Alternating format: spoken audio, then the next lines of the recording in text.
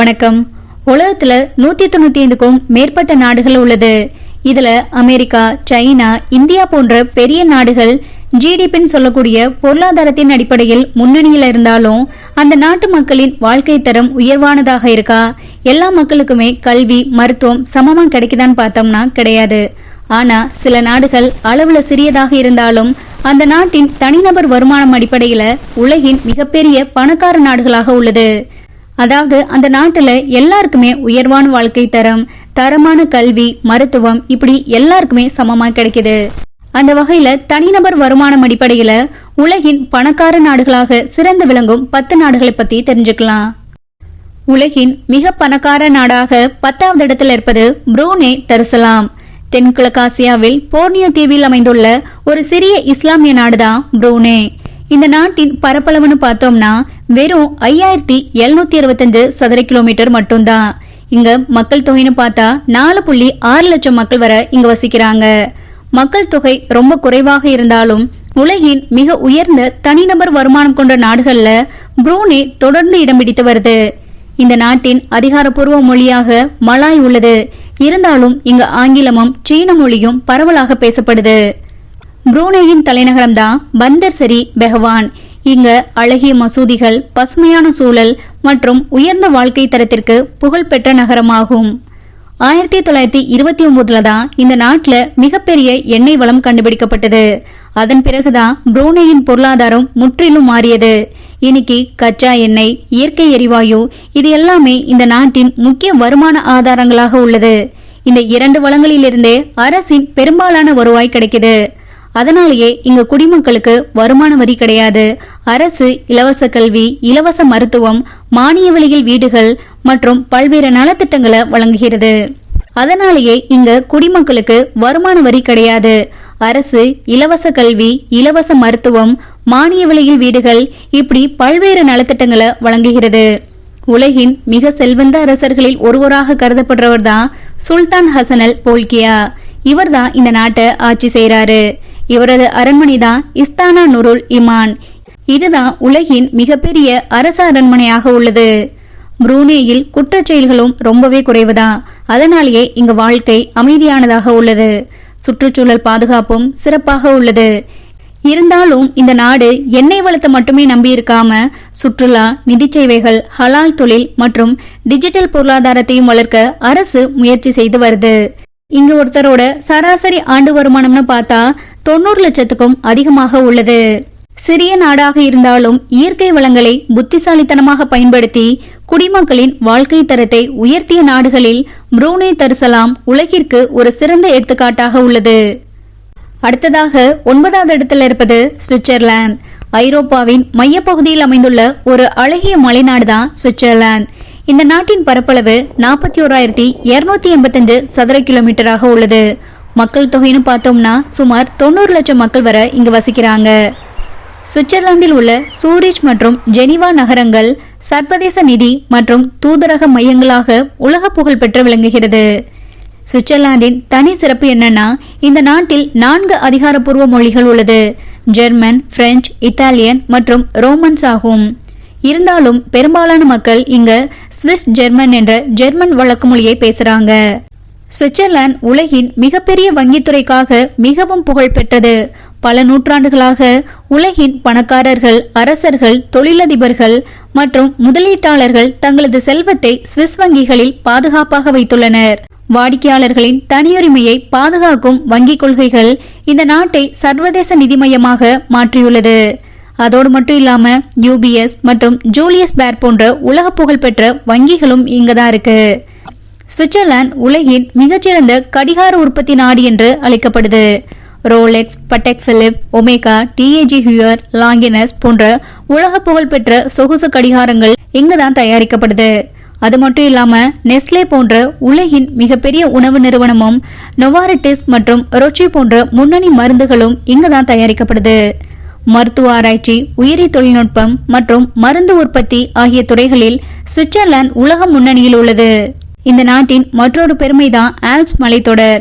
பனியால் மூடப்பட்ட மலைகள், ஏரிகள் மற்றும் அழகிய கிராமங்கள் காரணமாக ஆண்டுதோறும் கோடிக்கணக்கான சுற்றுலா பயணிகள் இங்க வராங்க. ஸ்கீயிங், மலையேற்றம் மற்றும் இயற்கை சுற்றுலா ஆகியவை இந்த நாட்டின் முக்கிய வருமான ஆதாரங்களில் ஒன்றாக உள்ளது. இங்க ஒருவரின் சராசரி ஆண்டு வருமானம்னு பார்த்தா சுமார் 1 கோடியாக உள்ளது. அடுத்ததாக 8வது இடத்துல இருப்பது நார்வே. இது வடக்கு ஐரோப்பாவில் அமைந்துள்ள ஸ்காண்டினேவிய நாடுகளில் ஒன்றாக உள்ளது. இந்த நாட்டின் பரப்பளவுன்னு பார்த்தோம்னா 3,85,207 சதுர கிலோமீட்டராக உள்ளது. மக்கள் தொகைன்னு பார்த்தோம்னா 56 லட்சம் மக்கள் வரை இங்கு வசிக்கிறாங்க. நார்வேயின் தலைநகரம் ஓஸ்லோ ஆகும். இங்க அதிகாரப்பூர்வ மொழியாக நார்வேஜியன் உள்ளது. இங்க ஒருவரின் சராசரி ஆண்டு வருமானம்னு பார்த்தா 1,05,00,000 உள்ளது. நார்வே இன்னைக்கு உலகின் மிக செல்வந்த நாடுகளில் ஒன்றாக உள்ளது. இதற்கு காரணம் வடகடலில் கண்டுபிடிக்கப்பட்ட எண்ணெய் மற்றும் இயற்கை எரிவாயு வளங்கள் தான். 1960களின் கடைசியில தான் இங்க எண்ணெய் கண்டுபிடிக்கப்பட்டது. அதன் பிறகுதான் இந்த நாட்டின் பொருளாதாரம் மிக வேகமாக வளர்ந்தது. ஆனா பல வளமிக்க நாடுகள் செய்த தவிர நார்வே செய்யல. கிடைச்ச வருமானத்தை உடனடியாக செலவழிக்காமல் எதிர்கால சந்ததியினருக்காக சேமிக்க முடிவு செய்தது. அதுக்காகவே இங்க கவர்மெண்ட் பென்ஷன் ஃபண்ட் குளோபல் என்ற உலகின் மிகப்பெரிய சாவரின் வெல்த் ஃபண்டை உருவாக்கியது. இந்த நிதியின் மதிப்பு இன்னைக்கு $1 டிரில்லியன் அதிகம். உலகம் முழுவதும் ஆயிரக்கணக்கான நிறுவனங்கள்ல இந்த நிதி முதலீடு செய்யப்பட்டுள்ளது. அதனால இங்க எண்ணெய் வளம் குறைந்தாலும் இந்த நாட்டின் பொருளாதாரம் தொடர்ந்து வலுவாகவே இருக்கும். நார்வேயின் மற்றொரு சிறப்பு தான் அனைவருக்கும் சமமான வாழ்க்கை வாய்ப்புகளை வழங்கும் நல்வாழ்வு முறையாகும். இங்க அரசு தரமான கல்வியை இலவசமாக வழங்குகிறது. மருத்துவ சேவைகளும் அனைவருக்கும் ஈஸியா கிடைக்குது. வேலை கிடைக்காதவங்களுக்கும் முதியவர்களுக்கும் குழந்தைகள் உள்ள குடும்பங்களுக்கும் அரசு பல்வேறு நிதி உதவிகளை வழங்குகிறது. இதனால உலகின் மிக மகிழ்ச்சியான நாடுகளில் ஒன்றாக நார்வே அடிக்கடி தேர்வு செய்யப்படுது. மின்சார உற்பத்தியிலும் நார்வே உலகிற்கு ஒரு முன் உதாரணமாக இருக்கு. இந்த நாட்டின் மின்சாரத்தின் பெரும்பகுதி நீர்மின் நிலையங்களிலிருந்து கிடைக்குது. அது மட்டும் இல்லாம மின்சார கார்கள் அதிகமாக பயன்படுத்தப்படும் நாடுகள்ல நார்வே முதலிடத்துல இருக்கு. நார்வே இயற்கை அழகிற்கு உலக புகழ் பெற்றது. ஃபியார்ட்ஸ் என்று அழைக்கப்படும் கடல் நீர் புகுந்த ஆழமான பள்ளத்தாக்குகள், பனிமலைகள், அருவிகள், வடதுருவ ஒளியான நார்தர்ன் லைட்ஸ் எனப்படும் அரோரா போரியாலிஸ் ஆகியவற்றை பார்க்க ஆண்டுதோறும் கோடிக்கணக்கான சுற்றுலா பயணிகள் இங்க வர்றாங்க. சுற்றுலாவும் இந்த நாட்டின் முக்கிய வருமானங்களில் ஒன்றாக உள்ளது. இங்க ஒருவரின் சராசரி ஆண்டு வருமானம்னு பார்த்தா 1 கோடிக்கும் அதிகமாக உள்ளது. ஒவ்வொரு ஆண்டும் உலகின் மிக உயரிய விருதுகளில் ஒன்றான அமைதிக்கான நோபல் பரிசு நார்வே தலைநகர் ஓஸ்லோவில் தான் வழங்கப்படுது. அடுத்ததாக 7வது இடத்தில் இருப்பது பெர்முடா. வட அட்லாண்டிக் பெருங்கடலில் அமைந்துள்ள சிறிய தீவு கூட்டம் தான் இந்த நாடு. இது ஒரு தனி சுயாட்சி நாடு கிடையாது, பிரிட்டனின் வெளிநாட்டு பிரதேசமாக உள்ளது. இந்த நாட்டின் பரப்பளவுன்னு பார்த்தோம்னா வெறும் 54 சதுர கிலோமீட்டர் தான். மக்கள் தொகைன்னு பார்த்தோம்னா 64,000 மக்கள் வரை இங்க வசிக்கிறாங்க. இந்த தீவு உலகின் மிக உயர்ந்த வாழ்க்கை தரம் கொண்ட பகுதிகளில் ஒன்றாக உள்ளது. இதன் தலைநகரம் ஹாமில்டன் ஆகும். அதிகாரப்பூர்வ மொழியாக ஆங்கிலம் உள்ளது. பெர்முடாவிற்கு எண்ணெய் வளமோ பெரிய தொழிற்சாலைகளோ கிடையாது. இருந்தாலும் உலகின் மிகப்பெரிய காப்பீட்டு மற்றும் மறு காப்பீட்டு நிறுவனங்களின் முக்கிய மையமாக உள்ளது. இயற்கை பேரழிவுகள், விமானங்கள், கப்பல்கள் மற்றும் பெரிய நிறுவனங்களுக்கான மறு காப்பீட்டு சேவைகளை வழங்கும் பல சர்வதேச நிறுவனங்கள் பெர்முடாவில் பதிவு செய்யப்பட்டுள்ளது. அதோடு பெர்முடா ஒரு முக்கிய சர்வதேச நிதி மையமாகவும் உள்ளது. முதலீட்டு நிறுவனங்கள், சொத்து மேலாண்மை நிறுவனங்கள் மற்றும் நிதி சேவை நிறுவனங்கள் இங்கு அதிகமாக செயல்படுது. பெர்முடாவில் இளஞ்சிவப்பு மணல் கடற்கரைகள் மற்றும் தெளிவான நீலக்கடலுக்காக உலகம் முழுவதும் பிரபலமானது. ஆண்டுதோறும் ஆயிரக்கணக்கான சுற்றுலா பயணிகள் இங்க வர்றாங்க. இதனால சுற்றுலாத்துறையும் இந்த நாட்டின் பொருளாதாரத்தில் முக்கிய பங்கு வகிக்குது. உலக புகழ்பெற்ற மர்ம பகுதியான பெர்முடா ட்ரையாங்கிள் இங்கதான் இருக்கு. பல ஆண்டுகளாக கப்பல்கள், விமானங்கள் காணாமல் போனதாக கூறப்படும் கதைகள் இந்த பகுதியை உலகம் முழுவதும் பிரபலமாக்கியுள்ளது. இங்க ஒருவரின் சராசரி ஆண்டு வருமானம்னு பார்த்தா சுமார் 1,05,00,000 உள்ளது. அடுத்ததாக உலகின் பணக்கார நாடாக 6வது இடத்தில் இருப்பது கத்தார். இது மத்திய கிழக்கில் உள்ள ஒரு சிறிய அரேபிய நாடாகும். இதன் அதிகாரப்பூர்வ பெயர் ஸ்டேட் ஆஃப் கத்தார். இதன் தலைநகர் தோஹா. இந்த நாட்டோட மொத்த பரப்பளவுன்னு பார்த்தோம்னா 11,586 சதுர கிலோமீட்டர் ஆகும். மக்கள் தொகைன்னு பார்த்தா சுமார் 30 லட்சம் மக்கள் வரை இங்க வசிக்கிறாங்க. ஆனா இதுல பெரும்பாலான மக்கள் வெளிநாடுகள்ல இருந்து வேலைக்காக இங்க வந்தவங்க தான். இந்த நாட்டோட குடிமக்கள்னு பார்த்தோம்னா ரொம்பவே குறைவுதான். இங்க அதிகாரப்பூர்வ மொழியாக அரபு உள்ளது. ஆனா ஆங்கிலம் தான் பரவலாக பேசப்படுது. இந்த நாட்டின் நாணயம் கத்தார் ரியால் ஆகும். உலகின் பணக்கார நாடாக கத்தார் மாறியதற்கு முக்கிய காரணம் என்னன்னா இதோட இயற்கை எரிவாயு மற்றும் கச்சா எண்ணெய் வளங்கள் தான். குறிப்பா நார்த் ஃபீல்ட் என்ற உலகின் மிகப்பெரிய இயற்கை எரிவாயு வளங்கள்ல ஒன்று கத்தார்ல தான் இருக்கு. இதன் மூலமா கத்தார் எல்என்ஜின்னு சொல்லப்படக்கூடிய திரவ இயற்கை எரிவாயு ஏற்றுமதியில உலகின் முன்னணி நாடுகள்ல ஒன்றாக உள்ளது. எண்ணெய் மற்றும் எரிவாயுலிருந்து கிடைக்கும் வருமானத்தை அரசு சாலைகள், துறைமுகங்கள், மருத்துவமனைகள், கல்வி மற்றும் உலகத்தர உள்கட்டமைப்பில் முதலீடு செய்துள்ளது. கத்தாரின் தலைநகரான தோஹா மிக நவீன கட்டிடங்கள், ஆடம்பரமான நகர அமைப்பு மற்றும் வேகமான வளர்ச்சிக்காக உலகம் முழுவதும் பிரபலமானது. உலகின் சிறந்த விமான நிறுவனங்களில் ஒன்றான கத்தார் ஏர்வேஸ் இந்த நாட்டின் பெருமையாகும். மேலும் 2022 ஃபிஃபா உலகக்கோப்பை போட்டியை வெற்றிகரமாக நடத்தி உலக நாடுகளின் கவனத்தை ஈர்த்தது. இந்த நாட்டின் அரசு குடிமக்களுக்கு பல்வேறு நலத்திட்டங்களை வழங்குகிறது. தரமான கல்வி, உயர்தர மருத்துவ வசதிகள் மற்றும் நல்ல வாழ்க்கை தரம் காரணமாக கத்தார் உலகின் செல்வந்த நாடுகளில் தொடர்ந்து இடம் பிடிக்கிறது. தற்போது எண்ணெய் மற்றும் எரிவாயுவை மட்டுமே நம்பாமல் சுற்றுலா, நிதி சேவைகள், தொழில்நுட்பம் மற்றும் விளையாட்டுத் துறைகளிலும் முதலீடு செய்து பொருளாதாரத்தை மேலும் வலுப்படுத்தி வருகிறது. இங்க ஒருத்தரின் சராசரி ஆண்டு வருமானம்னு பார்த்தா சுமார் 1,10,00,000 உள்ளது. அடுத்ததாக 5வது இடத்துல இருப்பது மக்காவ் எஸ்ஏஆர் ஆகும். எஸ்ஏஆர்னா ஸ்பெஷல் அட்மினிஸ்ட்ரேட்டிவ் ரீஜியன், அதாவது இது ஒரு தனி நாடாக இல்லாமல் சைனாவின் சிறப்பு நிர்வாக பகுதியாக உள்ளது. தனித்துவமான பொருளாதார அமைப்பையும் கொண்டுள்ளது.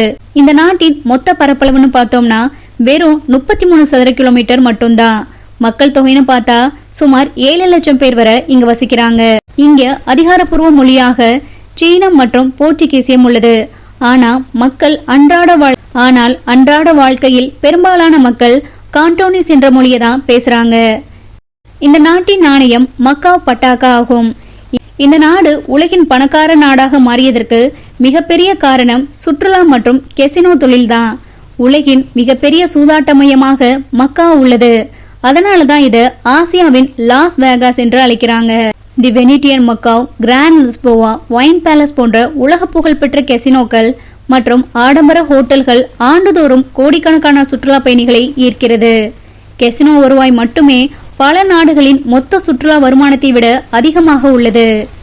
இங்க ஒருவரின் சராசரி ஆண்டு வருமானம்னு பார்த்தா சுமார் 1,40,00,000 உள்ளது. இந்த நாடு 1999 ஆண்டு வரை போர்ச்சுகீசி ஆட்சியில தான் இருந்தது. அதன் பிறகுதான் சைனாவிடம் ஒப்படைக்கப்பட்டது. இருந்தாலும் ஒன் கண்ட்ரி டூ சிஸ்டம் என்ற கொள்கையின் கீழ் மக்காவுக்கு தனித்த பொருளாதார மற்றும் நிர்வாக அமைப்பு வழங்கப்பட்டுள்ளது. இதனால இங்க சர்வதேச முதலீடுகளும் தொடர்ந்து அதிகரித்து வருது.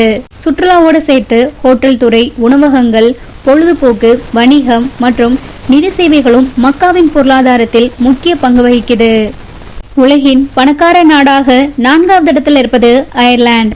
வடமேற்கு ஐரோப்பாவில் அமைந்துள்ள ஒரு தீவு நாடுதான் இது. இதன் அதிகாரப்பூர்வ பெயர் ரிபப்ளிக் ஆஃப் அயர்லாந்து. இதன் தலைநகர் டப்ளின் ஆகும். இந்த நாட்டின் மொத்த பரப்பளவுன்னு பார்த்தோம்னா 70,273 சதுர கிலோமீட்டராக உள்ளது. மக்கள் தொகைன்னு பார்த்தா சுமார் 53 லட்சம் பேர் வரை இங்க வசிக்கிறாங்க. அதிகாரப்பூர்வ மொழியாக ஐரிஷ் மற்றும் ஆங்கிலம் உள்ளது. இருந்தாலும் அன்றாட வாழ்க்கையில் பெரும்பாலான மக்கள் ஆங்கிலத்தையே பயன்படுத்துறாங்க. ஒரு காலத்தில் விவசாயத்தை மட்டுமே அதிகமாக நம்பியிருந்த அயர்லாந்து இன்று உலகின் முன்னணி தொழில்நுட்ப மற்றும் மருந்து உற்பத்தி மையமாக மாறியுள்ளது. இதற்கு முக்கிய காரணம் வெளிநாட்டு முதலீடுகளை ஈர்க்கும் அரசின் கொள்கைகள் தான். குறைந்த நிறுவன வரி, திறமையான தொழிலாளர்கள், உயர்தர கல்வி மற்றும் ஐரோப்பிய ஒன்றிய உறுப்பினர் என்ற நிலை ஆகியவற்றால் உலகின் பல பெரிய நிறுவனங்கள் அயர்லாந்தை தேர்வு செய்தது. இன்னைக்கு Apple, Google, Microsoft, Meta, Intel, Pfizer, Dell, Oracle போன்ற உலக புகழ்பெற்ற நிறுவனங்களின் ஐரோப்பிய தலைமையகங்கள் அயர்லாந்தில் செயல்படுது. இதன் காரணமாகவே ஆயிரக்கணக்கான வேலை வாய்ப்புகள் உருவாகி நாட்டின் பொருளாதாரம் மிக வேகமாக வளர்ந்தது. அயர்லாந்து கல்வி மற்றும் ஆராய்ச்சியிலும் முன்னணியில் உள்ளது. உயர்கல்விக்கு உலகம் முழுவதிலும் இருந்து மாணவர்கள் இங்கு வர்றாங்க. மருத்துவம், தகவல் தொழில்நுட்பம், செயற்கை நுண்ணறிவு மற்றும் உயிரி தொழில்நுட்பம் போன்ற துறைகளில் இந்த நாடு தொடர்ந்து முன்னேறி வருகிறது. அது மட்டும் இல்லாம இயற்கை அழகிற்கும் புகழ்பெற்ற நாடாக உள்ளது. பசுமையான மலைகள், புல்வெளிகள், பழமையான அரண்மனைகள் மற்றும் கடற்கரை பாறைகள் ஆண்டுதோறும் லட்சக்கணக்கான சுற்றுலா பயணிகளை ஈர்க்கின்றது. இதனால் சுற்றுலாவும் இந்த நாட்டின் முக்கிய வருமானங்களில் ஒன்றாக உள்ளது. இங்க ஒருவரின் சராசரி ஆண்டு வருமானம்னு பார்த்தா 1,50,00,000 இருக்கு. அடுத்ததாக 3வது இடத்துல இருப்பது லக்சம்பர்க். மேற்கு ஐரோப்பாவில் அமைந்துள்ள ஒரு சிறிய நாடுதான் உலகின் பணக்கார நாடாக இருக்கும் லக்சம்பர்க். இதன் அதிகாரப்பூர்வ பெயர் கிராண்ட் டச்சி ஆஃப் லக்சம்பர்க் ஆகும். இதன் தலைநகர் லக்சம்பர்க் சிட்டி. இந்த நாட்டின் மொத்த பரப்பளவுன்னு பார்த்தோம்னா 2586 சதுர கிலோமீட்டராக உள்ளது. மக்கள் தொகைன்னு பார்த்தா 6.8 லட்சம் பேர் வரை இங்க வசிக்கிறாங்க. அதிகாரப்பூர்வ மொழிகளாக லக்சம்பர்கிஷ், பிரெஞ்சு மற்றும் ஜெர்மன் உள்ளது. இருந்தாலும் அன்றாட வாழ்க்கையில் பெரும்பாலான மக்கள் லக்சம்பர்கிஷ் மொழியை தான் பேசுறாங்க. லக்சம்பர்க் உலகின் பணக்கார நாடாக மாறியதற்கு முக்கிய காரணம் சர்வதேச நிதி சேவைகள் மற்றும் வங்கித்துறை தான். உலகின் நூற்றுக்கணக்கான வங்கிகள் மற்றும் ஆயிரக்கணக்கான முதலீட்டு நிதி நிறுவனங்கள் இந்த நாட்டில் செயல்படுது. இதனால லக்சம்பர்க் ஐரோப்பாவின் மிக முக்கியமான நிதி மையங்களில் ஒன்றாக உள்ளது. நிதித்துறையோடு சேர்த்து செயற்கைக்கோள் தொடர்பு, தகவல் தொழில்நுட்பம், விண்வெளி முதலீடுகள், எஃகு உற்பத்தி மற்றும் உயர் மதிப்புள்ள சேவை துறைகளும் இந்த நாட்டின் பொருளாதாரத்தில் முக்கிய பங்கு வகிக்குது. ஐரோப்பிய ஒன்றியத்தின் பல முக்கிய அலுவலகங்களும் லக்சம்பர்க்கில் அமைந்துள்ளதால் உலகம் முழுவதிலும் இருந்து தொழில் முனைவோரும் முதலீட்டாளர்களும் இங்கு வர்றாங்க. தினமும் பிரான்ஸ், ஜெர்மனி மற்றும் பெல்ஜியம் ஆகிய அண்டை நாடுகளிலிருந்து ஆயிரக்கணக்கான மக்கள் வேலைக்காக லக்சம்பர்க்கு வந்து மாலையில் மீண்டும் தங்கள் நாட்டிற்கு திரும்பி செல்றாங்க. இது இந்த நாட்டின் வலுவான வேலைவாய்ப்பு சந்தையை வெளிப்படுத்துகிறது. லக்சம்பர்க் மக்களுக்கு உயர்தர கல்வி, உலகத்தர மருத்துவ வசதிகள், பாதுகாப்பான வாழ்க்கை மற்றும் மிகவும் மிகவும் குறைந்த குற்றச்செயல்கள் ஆகியவை கிடைக்குது. மேலும் இந்த நாடு உலகின் மிக உயர்ந்த வாழ்க்கை தரம் கொண்ட நாடுகளில் ஒன்றாக தொடர்ந்து இடம் பிடித்து வருது. உலகத்திலேயே பொது போக்குவரத்தை, அதாவது பேருந்து, டிராம், ரயில் நாடு முழுவதும் இலவசமாக வழங்கிய முதல் நாடு லக்சம்பர்க் தான். இதன் மூலம் போக்குவரத்து நெரிசலை குறைத்து சுற்றுச்சூழலை பாதுகாக்க அரசு முயற்சி செய்து வருகிறது. இங்க ஒருவரின் சராசரி ஆண்டு வருமானம்னு பார்த்தா சுமார் 1,60,00,000 உள்ளது. அடுத்ததாக 2வது இடத்தில் இருப்பது சிங்கப்பூர். தென்கிழக்கு ஆசியாவில் அமைந்துள்ள ஒரு சிறிய தீவு நாடு தான் இது. இதன் அதிகாரப்பூர்வ பெயர் ரிபப்ளிக் ஆஃப் சிங்கப்பூர். இதன் தலைநகர் சிங்கப்பூர் தான். இந்த நாட்டின் மொத்த பரப்பளவுன்னு பார்த்தோம்னா வெறும் 735 சதுர கிலோமீட்டர் மட்டும்தான். ஆனா மக்கள் தொகைன்னு பார்த்தா சுமார் 60 லட்சம் பேர் வரை இங்க வசிக்கிறாங்க. அதிகாரப்பூர்வ மொழியாக இங்க ஆங்கிலம், மலாய், மாண்டரின், சீனம் மற்றும் தமிழ் உள்ளது. இருந்தாலும் அன்றாட வாழ்க்கையில் ஆங்கிலம் தான் அதிகமாக பயன்படுத்தப்படுது. இந்த நாட்டின் நாணயம் சிங்கப்பூர் டாலர் ஆகும். சிங்கப்பூர் 1965ஆம் ஆண்டு மலேசியாவிலிருந்து பிரிந்து சுதந்திரம் பெற்ற போது சிங்கப்பூருக்கு பெரிய இயற்கை வளங்களோ எண்ணெயோ கனிம வளங்களோ இப்படி எதுவுமே இல்லை. ஆனா அந்நாட்டின் முதல் பிரதமரான லீ குவான் யூ சிறந்த நிர்வாகம், ஊழலற்ற ஆட்சி, தரமான கல்வி மற்றும் உலக வர்த்தகத்தை மையமாக கொண்ட பொருளாதார கொள்கைகளை உருவாக்கினாரு. இன்னைக்கு அந்த கொள்கைகளின் பலனாக சிங்கப்பூர் உலகின் மிகப்பெரிய பொருளாதார வெற்றி கதைகளில் ஒன்றாக உள்ளது. சிங்கப்பூர் அது மட்டும் இல்லாம உலகின் மிக பரபரப்பான கப்பல் துறைமுகங்களில் ஒன்றையும் கொண்டுள்ளது. ஆசியா, ஐரோப்பா மற்றும் அமெரிக்காவுக்கு இடையிலான சர்வதேச வர்த்தகத்தில் இந்த நாடு முக்கிய பங்கு வகிக்கிறது. மேலும் உலக முன்னணி வங்கிகள் மற்றும் பன்னாட்டு நிறுவனங்கள் தங்களது ஆசிய தலைமையகங்களை சிங்கப்பூரில் அமைத்துள்ளது. நிதி சேவைகள், தகவல் தொழில்நுட்பம், உயிரி தொழில்நுட்பம், மின்னணு உற்பத்தி மற்றும் பெட்ரோலிய சுத்திகரிப்பு ஆகியவை இந்த நாட்டின் முக்கிய வருமான ஆதாரங்களாகும். சிங்கப்பூர் உலகின் மிகவும் சுத்தமான மற்றும் பாதுகாப்பான நாடுகளில் ஒன்றாகவும் உள்ளது. கடுமையான சட்டங்கள், மிக குறைந்த ஊழல், உயர்தர கல்வி மற்றும் சிறந்த மருத்துவ வசதிகள் காரணமாக இந்த நாட்டின் வாழ்க்கை தரம் மிகவும் உயர்ந்துள்ளது. இங்க ஒருவரின் சராசரி ஆண்டு வருமானம்னு பார்த்தா சுமார் 1,60,00,000 உள்ளது. உலகின் பணக்கார நாடாக முதலிடத்தில் இருப்பது லிச்சன்ஸ்டெயின். ஐரோப்பாவில் சுவிட்சர்லாந்து மற்றும் ஆஸ்திரியா நாடுகளுக்கு இடையில் அமைந்துள்ள ஒரு சிறிய நிலத்தால் சூழப்பட்ட நாடுதான் லிச்சன்ஸ்டெயின். இதன் தலைநகர் வடூஸ் ஆகும். இந்த நாட்டின் மொத்த பரப்பளவு வெறும் 160 சதுர கிலோமீட்டர் மட்டும்தான். மக்கள் தொகைன்னு பார்த்தா வெறும் 40,000 பேர் தான் இங்க வசிக்கிறாங்க. அதிகாரப்பூர்வ மொழியாக ஜெர்மன் உள்ளது. இதைத்தான் இங்கு மக்கள் அதிகமாக பேசுறாங்க. இவ்வளவு சிறிய நாடு எப்படி உலகின் மிக பணக்கார நாடாக மாறியது என்று பலருக்கும் ஆச்சரியமாக இருக்கும். அதற்கு காரணம் உயர்தர தொழில்துறை, நிதி சேவைகள் மற்றும் உலகளாவிய ஏற்றுமதி தான். இங்கு தயாரிக்கப்படும் துல்லியமான இயந்திரங்கள், மருத்துவ உபகரணங்கள், பல் மருத்துவ கருவிகள் மற்றும் உயர்தர தொழில்துறை பொருட்கள், இது எல்லாமே உலகம் முழுவதும் ஏற்றுமதி செய்யப்படுது. குறிப்பா ஹில்டி போன்ற உலக புகழ்பெற்ற நிறுவனங்கள் லிச்சன்ஸ்டீனிலிருந்து தான் செயல்படுது. இந்த நாடு வங்கித்துறை மற்றும் நிதி சேவைகளிலும் முக்கிய இடத்தை பெற்றுள்ளது. அரசியல் நிலைத்தன்மை, குறைந்த வரி விகிதம் மற்றும் முதலீட்டாளர்களுக்கு சாதகமான சட்ட அமைப்பு காரணமாக பல சர்வதேச நிறுவனங்கள் இங்க வந்து முதலீடு செய்யுது. இதுல ஆச்சரியமான விஷயம் என்னன்னா, இந்த நாட்டின் மக்கள் தொகையை விட இங்க வேலை செய்யும் பணியாளர்களின் எண்ணிக்கை அதிகம். தினமும் சுவிட்சர்லாந்து மற்றும் ஆஸ்திரியாவிலிருந்து ஆயிரக்கணக்கான மக்கள் வேலைக்காக லிச்சன்ஸ்டீனுக்கு வந்து போறாங்க. இயற்கை அழகும் இந்த நாட்டின் இன்னொரு பலமாகும். ஆல்ப்ஸ் மலைத்தொடரின் மத்தியில் அமைந்துள்ளதால் பனிமலைகள், பசுமையான பள்ளத்தாக்குகள் மற்றும் அமைதியான சூழல் சுற்றுலா பயணிகளை அதிகமாக ஈர்க்குது. லிச்சன்ஸ்டீனுக்கு சொந்த விமான நிலையம் கிடையாது.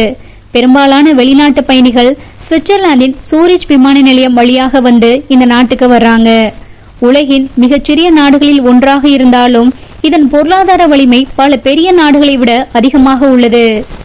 இந்த நாட்டின் நாணயம் ஸ்விஸ் பிராங்க் ஆகும். ஒருவரின் சராசரி ஆண்டு வருமானம்னு பார்த்தா 1,80,000 1,90,000 அமெரிக்க டாலராக உள்ளது. அதாவது நம்ம இந்திய காசுல 1,80,00,000க்கும் அதிகமாக உள்ளது. ஒரு நாட்டின் செல்வம் அதன் பரப்பளவிலேயோ மக்கள் தொகையிலேயோ இல்ல. இயற்கை வளங்களை சரியாக பயன்படுத்துவது, கல்வியில் முதலீடு செய்வது, ஊழலற்ற நிர்வாகம், தொழில்நுட்ப வளர்ச்சி, உலக வர்த்தகத்தை ஈர்க்கும் பொருளாதார கொள்கைகள் மற்றும் நீண்டகால திட்டமிடல் ஆகியவையே ஒரு நாட்டை பணக்கார நாடாக மாற்றுகிறது.